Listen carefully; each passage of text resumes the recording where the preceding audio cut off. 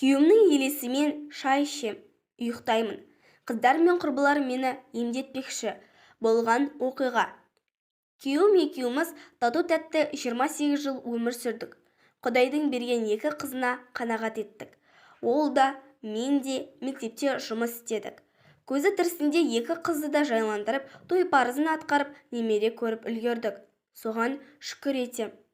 Неге екенін қайдам, күйеуім бір бала асырап алайықшы деп көп айтатын. Өзім балаға суықтау адаммын.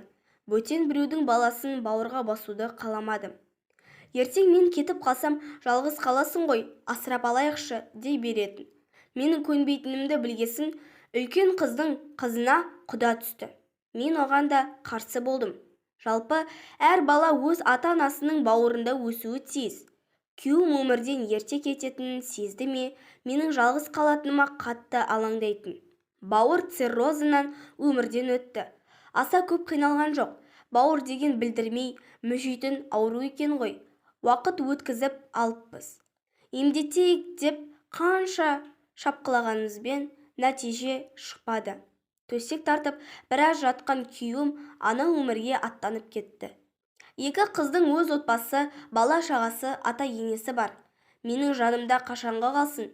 Әкелерінің 40 күндік асын өткізесін үйлеріне қайтты. Ал мен 4 бөлмелі пәтерде жалғыз қалдым. Жұмысқа шыққан алғашқы күні қатты шаршап келіп, киімімді шешпестен төсекке құлай кеткем. Бір уақытта аяқ жағымнан біреу түртіп өткендей болды. Көзім шайдай ашылды. Жан жағыма қарасам, ешкім жоқ. Дереу орнымнан тұрып, киімімді ауыстырып, жуынып алдым. Ертеңіне таңертең оқушылардың дәптерлерін қарап отырғам. Артымда біреу тұрғандай болды. Бұл жолы бар күшімді жинап, «Медет, бұл сенсің бе? Мені уайымдама, жалғыздықтан қорықпаймын», дедім. 1-2 минутта әлгі елес көзден ғайып болды. Күн жұма еді. Дереу орнымнан тұрып, шелпегімді пісіріп, бар білген дұғамды жасадым. Осы 2 сәтте үлкен қызыма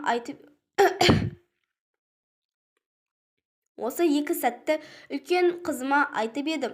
«Мама, қорықпашы, жалғыздық саған кері әсер етіп жатыр. Менің үйіме келіп тұршы», деп жылап қалды. Әдеттегідей қырсық мінезіме басып, оның ұсынысынан бас тарттым. Бірақ әлгі елес 10 шақты күн мені мазаламай қойды. Бір күні үйде теледидар көріп отырып, баяғыда «Медет бала асырап алайықшы» дегенде бекер көне салмаппын деп ойлағаным сол еді. Иығымнан біреу ұстады.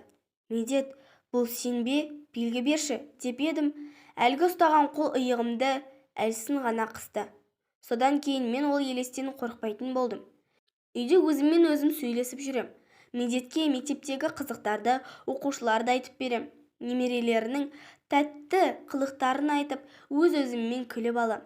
Әкелерінің рухы тірі, ол біздің үйде жүр. Екеуміз күнінде сөйлесеміз деп қыздарыма мәз боп айтып ем, екеуі сүйрелеп дәрігерге апарды. «Сіздің жүйкеңіз аздап шаршаған, жақсылап ем алып тынуы керек», деді апарған неврологы. Олар содан мені дереу шипажайға жіберді. 5 күнді әрең өткіздім. Шынымды айтсам, үйді қатты сағындым. Медет менсіз жалғызсырап қалғандай күйге түстім. Қазір бәрі жақсы. Үйге келіп ем, Медеттің елесі қайта пайда болды. Не істесем де артымнан қарап тұрады. Кейде шашымнан сипап өтеді.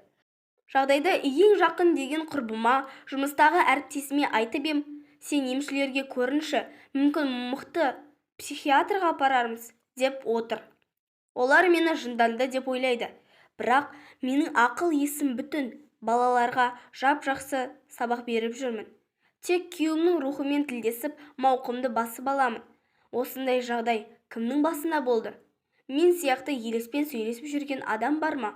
Жалпы бұл нәрсе қалыпты ма өзі? Емшіге де, дәрігерге де көрінгім келмейді. Олай етсем, күйеуімді ренжітіп алатындай алаңдап тұрам.